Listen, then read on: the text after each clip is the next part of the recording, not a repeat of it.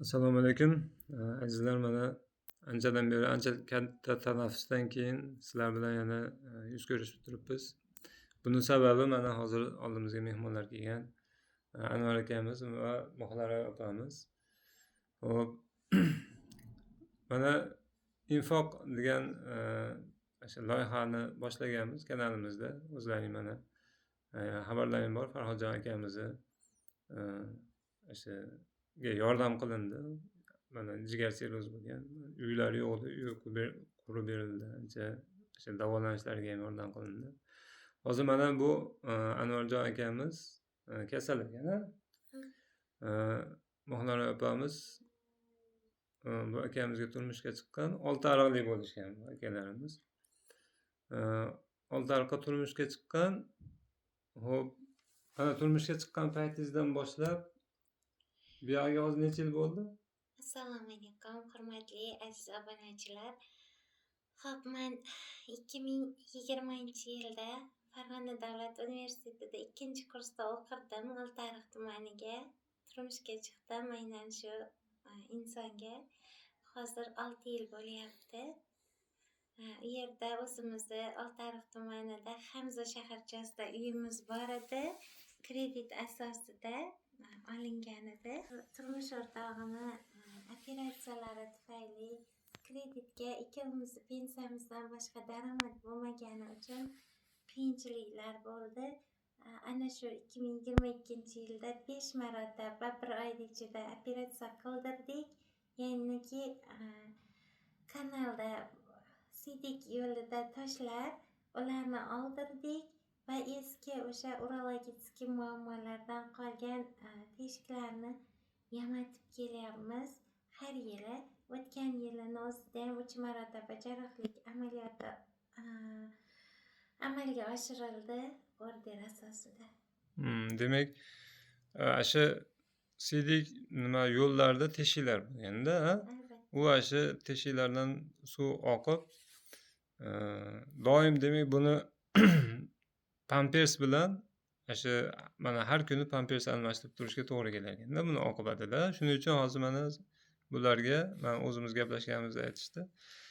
Pampers xarajati bor ekan. Kunda nechta ham demak pampers ketar ekan. Xo'p, endi buni oldingi operatsiyalar mana necha marta operatsiya bo'ldi dedingiz oldin? 15 marta, 15 hozir marta. bo'ladigani bilan 16-si. Mana shu demak 16-sida shu yakuniysi bo'ladi ekan endi. Inshaalloh. Endi o'sha teshiklar bekilsa, xudo xolasa sidik yo'nalish to'g'ri bo'lib, u sidik bu yoqqa o'tib turgandan keyin boshqa bir kasalliklarni ham keltirib chiqargan. Mana oyoq qo'lida ishlar, boshqa qanaqa nimada bo'lyapti? Oyoq qo'llarida shishlar bo'ladi, badanga tarqash, isitma berish bo'ladi. Isitma Kunda beradi. kunora skoriy chaqiramiz, ekstreniga qatnaymiz, qolaversa Farg'onaga doktorlarga borib turamiz. Xullas, sidik haydovchi dorilar bilan yashab kelyaptilar, to'g'risi. Demak, o'sha oxirgi operatsiyadan keyin bu narsalar to'xtab, xudo xolasa, Inshaalloh. to'xtab, o'sha pampersdan ham qutulinadi. Xudo xolasa shunaqa. Xo'p, endi mana Oltiariqdagi uyni sotdik deyapsizlar, sotib, o'sha kreditlar yopilgan. Hozir qayerda yashayapsizlar endi? Hozir biz men o'zim Quvalikman. Mana shu Quva tumanida Pajarniyni oldida, ya'ni Tinchlik muzeyi, Hikmat ko'chasi 5-uyda meni 1-guruh nogironlari bo'lgan ota-onam yashaydilar. Ko'z bo'yicha 1-guruh nogironlari. Ana shu xonadonda yashayapmiz. Ya'ni 5 ta nogiron bo'lib yashayapmiz. Bitta sog'lom ukam bor. Hozir ham ishlaydilar. O'zlarini kontraktlari bor, chunki talabalar. Shunaqangi vaziyatda hozir yashayapmiz. Demak, bitta ukangiz sog'lom, ko'zlari, ko'rishlari hamma yo'q joyida. Albatta. Singiz bor undan tashqari. Singiz ham o'zi bemor ekan. Men o'zim borib ko'rganda ham bildim. Albatta, shu singlim umumiy nogiron bo'lib qolishgan, ya'niki uyquda cho'chib ketish natijasida. Singiz ham bitta joyda yotar ekanda, unga birov qarab turish kerak ekan. Onamdan boshqa odamga ko'nmaydilar ular. O'sha onam o'zlari qarab kelyaptilar. Endi xullas hozir bu akamiz operatsiyasiga men o'zim o'sha dokumentlarini ko'rdim. 20 million pul ketarkan. O'sha 20 million bilan Xudo xolasa shu muammodan pampers muammosi yechiladi. Bu yoqda Xudo xolasa sog'liqlari ancha tiklanadi. Endi undan boshqa ham kasallar bor. Mana quloqda apparatlarni ko'rib turibsizlar. Quloqlarni ham oldin operatsiyalar qildirilgan ekan. Albatta.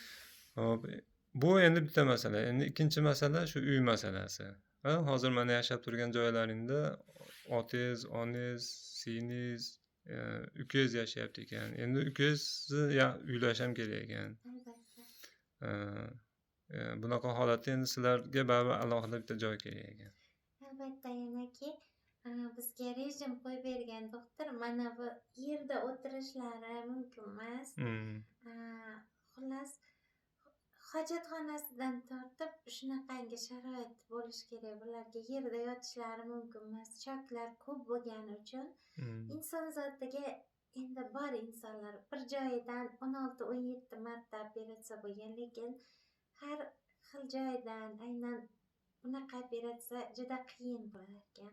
Men shu paytgacha hech kimdan masalan yordam so'rab bunaqangi murojaatlar qilmaganman. Chunki meni turmush o'rtog'im elimiz san'atkor sifatida, meni shoira sifatida ham bilishadi. Lekin hozir menda ilojimiz qolmadi. Chunki davlatimizga mana murojaatlar yo'lladim. Qolaversa, order uchun ancha yugurib hujjatlar to'g'irladik, tekshiruvlardan o'tdik. Lekin hozirgi kunda o'shani puli moliyalashmayapti, tushmayapti, yo'q degan gaplar bo'lyapti, xatlar, javob xatlar bo'lyapti menga. Imkoniyat qilolmayapman. Uni qachon moliyalashishini kutib o'tirsam, turmush o'rtog'imni sog'ligini yo'qotib boryapman. Chunki bu pampersda hamisha turish sezgilarni o'ldirib qo'yar ekan. Hattoki o'sha qismlardan oyoqqacha sezgi yo'qolish kuzatilyapti. Demak, tezroq o'sha operatsiyani qilgizib olish kerak ekan. Albatta. Asosiysi demak birinchi navbatda o'sha operatsiya, undan keyin o'sha bularga mana yashagani kichkina bo'lsa ham o'sha bitta vatan kerak bo'lar ekan. Shunga shuning uchun azizlar, mana hozir ulug' bitta bayramimiz yaqinlashyapti. Eid Qurbon hayit bayrami kelyapti. Kimda masalan ehsonlari bo'lsa, zakotlari bordir, ushurlari bordir. Shuni bergani joyini topib berish ham bitta ne'matda. Misol uchun qancha bizni vatanimizda qancha boylar bor, buni bilamizda. Bitta bularning muammosini bitta odam o'zi hal qilib qo'yadigan boylar bor, xudo xolasa. Kimdir masalan bitta shu zakotini bersa, shularning muammosi uy-yu boshqasi hal bo'lib ketadiganlar bor. Lekin shuni joyini topib berolmayotganlar bo'lishi mumkin-da. Shunaqalar uchun mana bular bitta Allohning bizga bergan bitta imkoniyati.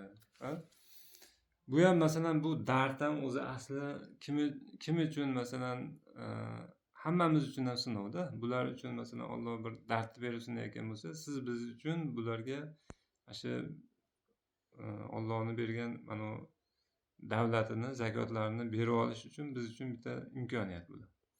Shuning uchun kim qo'lida mana shunaqangi ehsonlari bo'lsa, zakotlari bo'lsa, shularni mana karta raqamlari, adres telefon raqamlarigacha yozib qo'yamiz. Xolasa o'zlari bilan bog'lansin. Xolasa mana karta raqamlariga tushirib bersin. Xolasa naqd pul kelib hollardan xabar olib, naqd pul bo'lsa, naqd pul tomonlama yordam bersin. Mana doktorlar bordir, boshqalar bordir. Mana shu tomonlama hozir sizlar Toshkentda operatsiya bo'ladi deyapsizlar. Albatta, urologiya markazida Toshkentda urologiyani direktori Shuhrat Tursunovich o'zlari xabarlari bor. Har operatsiyamizda qatnashadilar, kiradilar, o'sha joyda operatsiya bo'lamiz. Iloji yo'q. Tumanda yoki viloyatda o'tkazish iloji yo'q ekan bu murakkab operatsiyani. Demak, Toshkentda mana operatsiya bo'lar ekan. Agar shu dori darmon, mana shu tomonlama yordam berish qo'lidan keladiganlar bo'lsa, ularga ham bitta imkoniyat. Mana bu insonlarning mana bu holatlari biz uchun bitta ibrat. Biz mana ko'zimiz ozgina zaiflashib bo'lsa, ozgina -1 yo +1 bo'lib bo'lsa, qancha xavotirga tushamiz. Mana sizlarga savolda o'zi sog'lom bo'lib turib, shunga shukr qilmayotgan insonlarga nima deb ayta olasizlar sizlar? Sog'lom bo'lib turib shukur qilmayotgan insonlarni ko'ryapman, lekin ularni betiga ayta olmasligim mumkin. Lekin oynai jahon orqali mana shunday aytishim mumkinki, siz avvalo sog'lom ekaningizga, qolaversa yoningizda farzandlaringiz, turmush o'rtog'ingiz sog'lom yurganiga, yer bosib nafas olayotganingiz uchun shukur qiling. Allohim taqdiringizga rozi bo'lgansiz, sizni dunyoga keltirgan. Bu yerda hech qanaqangi bandasini noshukurchilikka haqqi yo'q. Mana shuncha boshimdan o'tkazganlarim davomida nolimayman. Chunki Allohga shukur. Alloh menga shuncha sinovlarni bergan ekan, shunga yarasha sabr toqatlarni ham bergan. Chunki bunday deyishimga sabab mana ko'p joyda menga savol berishadi. Doim kulib turasiz. Biror marta yig'lab murojaat qilganingizni yoki yig'laganingizni ko'rmadik. Nimaga?